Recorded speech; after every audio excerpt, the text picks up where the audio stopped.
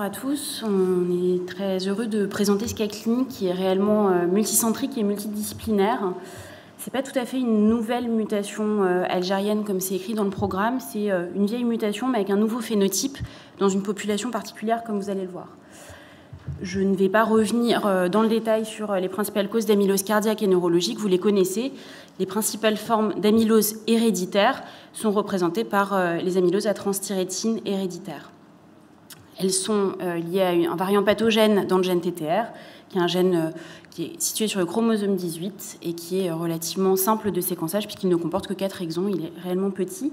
Ce gène code pour une protéine, la protéine de la transthyrétine, qui se conforme sous forme d'homotétramère composée de 127 acides aminés et qui est une protéine de transport du retinol binding protein et de la thyroxine.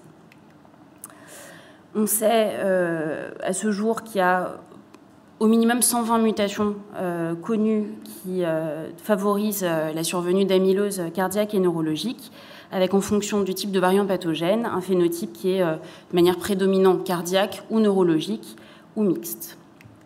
En ce qui concerne l'épidémiologie des amyloses héréditaires à transthyrétine, les dernières années nous ont montré de plus en plus d'informations sur la pénétrance des mutations en fonction des bassins de population.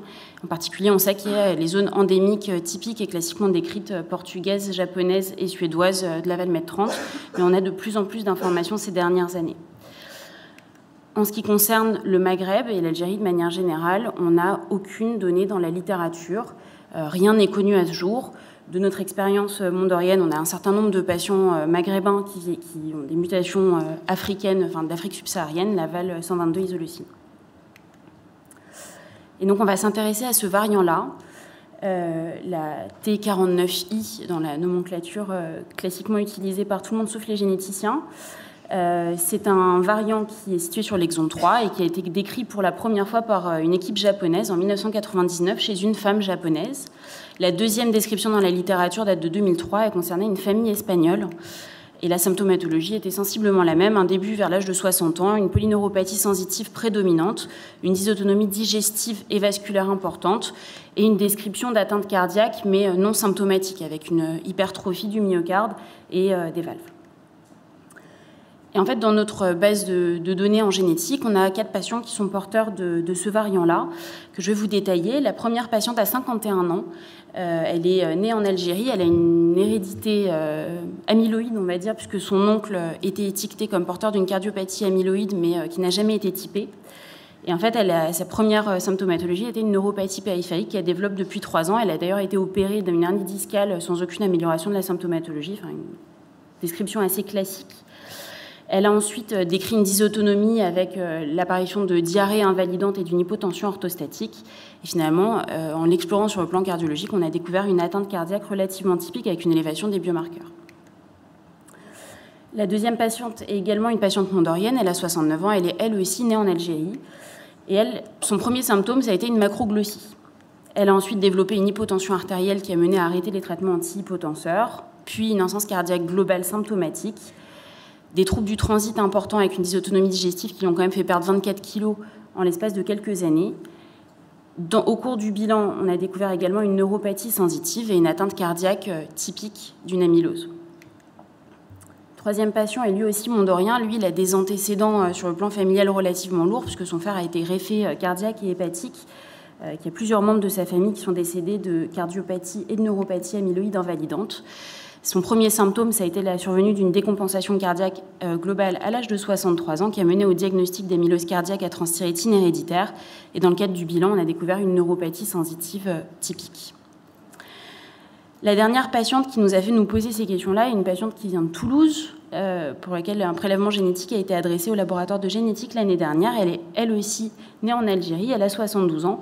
Son premier symptôme cardiaque, ça a été des troubles conductifs pour laquelle elle a été implantée d'un pacemaker. À l'époque, on a découvert une cardiopathie hypertrophique concentrique, mais sans qu'elle ait réellement été explorée. Puis elle a fait plusieurs épisodes de décompensation cardiaque. Elle a commencé à avoir des symptômes de dysautonomie digestive.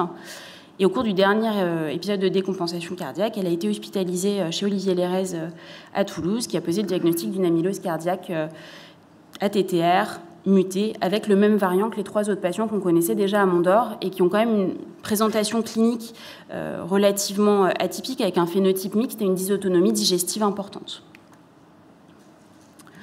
On a prouvé la présence d'amylose à transthyrétine sur la biopsie des glandes salivaires pour les 4 patients, avec un rouge Congo positif, un aspect biréfringent en lumière polarisée et des anticorps antitétères positifs. Les 3 patients avaient bien entendu une scintigraphie HMDP positive. Et sur l'électroferrogramme, on voit au niveau de l'exon 3 un remplacement de C qui donne T de manière hétérozygote en position 206, ce qui transforme le codon ACC en codon ATC, favorisant le remplacement de la tréonine par une isoleucine. Et je vais laisser Magali présenter les données de la protéomique qu'on a fait sur la dernière patiente. Voilà, vous avez le tableau avec les protéines les plus représentées en haut et les moins représentées en bas. Donc la transthyrétine sort en tête de liste. Vous avez, alors je n'ai pas regardé, il y avait les protéines d'accompagnement. On voit ici l'ApoE, vous avez le composant, ça marche, l'ApoE, le composant, ApoE, composant P, clustering, qu'on trouve également souvent, vitronectine, l'ApoA1 et l'ApoA4 qui est là-haut. Donc tout le monde était là, pas de problème. Et puis en fait là, c'est le tableau qui est affiché, c'est le tableau qui est tiré après passage dans la base avec la base de données qui contient les mutations. Donc ça, c'est des bases qu'on fait, que chacun fait maison. On retrouve la mutation dont on nous a parlé. Donc on a le peptide muté qui est affiché là-bas en rouge avec la couverture de séquence en bleu. Et voilà, on a un long peptide et le premier acide aminé correspond à la T49I. Voilà, donc on avait une couverture de séquence de 74% de la TTR. Et pour comprendre un peu mieux la pathogénie de ce variant, on a demandé au professeur Delamarche de faire un peu de conformationnel sur ce variant. Ok. On passe donc à une analyse conformationnelle pour savoir quel est peut-être l'effet sur la structure de la protéine de cette mutation en position 49.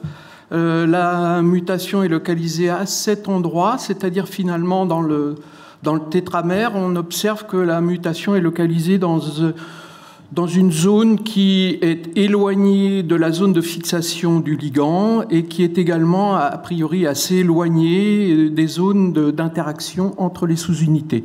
Donc la question se pose de savoir quel peut être l'effet de cette mutation. Alors en regardant d'un petit peu plus près, donc on a cette structure qui est la base d'une structure cristallisée, et puis des modèles bioinformatiques qui ont été réalisés par la suite, puisqu'on peut modéliser la structure du mutant qui, en l'occurrence, c'est le T49I. Donc on va se focaliser sur cet endroit avec maintenant un zoom sur cette région de localisation de la mutation. Vous avez donc à gauche la position avec la tréonine, et on voit que cette tréonine fait des interactions, ce sont des ponts hydrogènes, des liaisons hydrogènes, avec des acides aminés autour de cette tréonine. Chez le mutant, il n'y a pas beaucoup de variations, mais cependant, si vous faites une comparaison des 2 représentations, vous pourriez voir qu'il y a quand même quelques modifications dans les liaisons, ce qui signifie que la mutation de la tréonine en isoleucine provoque un réarrangement des chaînes latérales des acides aminés. En gros plan, ça donne ça, par exemple.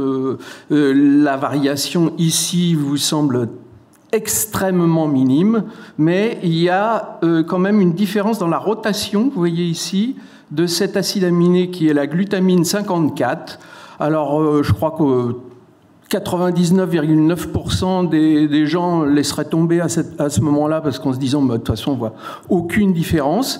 Mais cette différence de structure, en fait, n'est pas du tout négligeable, d'autant plus que l'acide glutamique 54, il est impliqué dans le positionnement du ligand, dans la poche du ligand. Donc on a une mutation à un endroit qui se répercute par des changements de modification des chaînes latérales des acides aminés jusqu'à atteindre la zone où se fixe le ligand. Donc vous avez le ligand qui est représenté ici, vous avez la situation de la protéine sauvage avec les acides aminés de cette protéine sauvage qui interagissent avec le ligand qui est ici la thyroxine. Par contre, chez le mutant, on a aussi quelque chose qui ressemble, mais qui est quand même assez différent, d'autant plus différent que si j'entrais dans le détail de cette présentation, je pourrais vous dire qu'ici, il y a ce qu'on appelle des clashs, c'est-à-dire des incompatibilités stériques entre les chaînes latérales des acides aminés qui suggèrent très fortement que le ligand, en fait, réellement, in vivo, ne peut pas s'associer ne peut pas se fixer dans le site actif donc de la protéine. Donc là, vous avez l'étude qui a été réalisée et dont la conclusion est que la mutation en position 49 en fait se répercute jusqu'au site du ligand, jusqu'à imaginer que justement ça empêche la fixation du ligand qui est généralement connu pour stabiliser la structure. Et je termine ici par une étude sur le calcul des énergies d'interaction.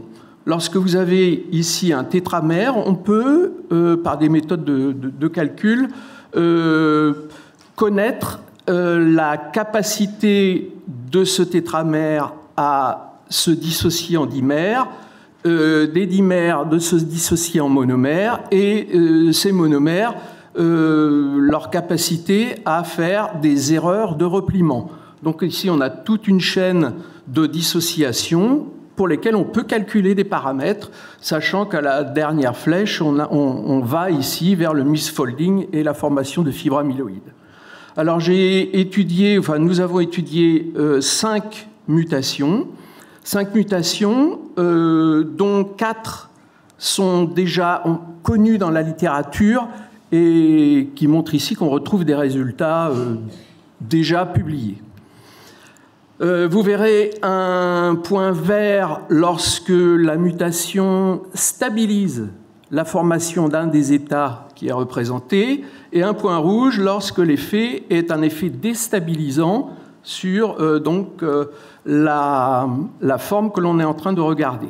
Il y a une mutation intéressante qui est la T119M, qui, elle, est connue pour étant une mutation qui fait mieux que la protéine sauvage, c'est-à-dire qui stabilise la formation des tétramères. Donc c'est évidemment une mutation qui n'est pas pathogène et qui, au contraire, préserve de la maladie.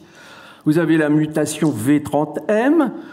Si on regarde dans le détail, cette V30M, elle se situe plutôt à ce niveau-là, c'est-à-dire qu'elle est plutôt impliquée dans une instabilité des monomères qui ont tendance donc à faire une mauvaise conformation et à enchaîner vers le misfolding.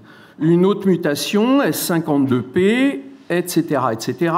La mutation A19D, qui a été publiée en 2013 dans la littérature et pour laquelle il a été montré que c'est cette étape-là qui semble critique pour cette mutation, c'est-à-dire que les tétramères ont tendance à se dissocier très fortement et donc, après, évidemment, s'engagent vers la suite des étapes.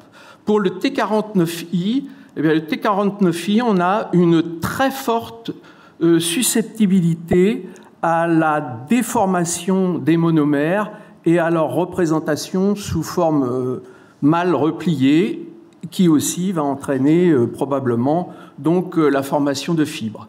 Ce travail peut éventuellement avoir un intérêt clinique puisque, en fait, en fonction des stratégies thérapeutiques qui peuvent être utilisées, il n'est pas forcément judicieux d'avoir un traitement qui essaye de stabiliser un tétramère si, au contraire, on sait que ce fameux ligand, de toute façon, fait des clashs et empêche la formation des tétramères. Donc voici à peu près les aspects de modélisation qui peuvent être présentés sur cette molécule et cette mutation. En conclusion, on est face à un variant qui était déjà connu, mais avec une expression phénotypique extrêmement hétérogène pour un même variant pathogène de TTR. C'est la première description d'une atteinte cardiaque symptomatique chez 3 des 4 patients. Et l'autre élément important, c'est que dans la population algérienne, la seule chose qui était décrite sur amylose et Maghreb, c'est l'amylose AA, avec de nombreuses publications sur la génétique de la FMF. Mais à ce jour, l'amylose TTR n'était pas du tout décrite chez les Algériens. Et les données de pathogénie sont extrêmement intéressantes, donc on tenait à vous les présenter. Merci.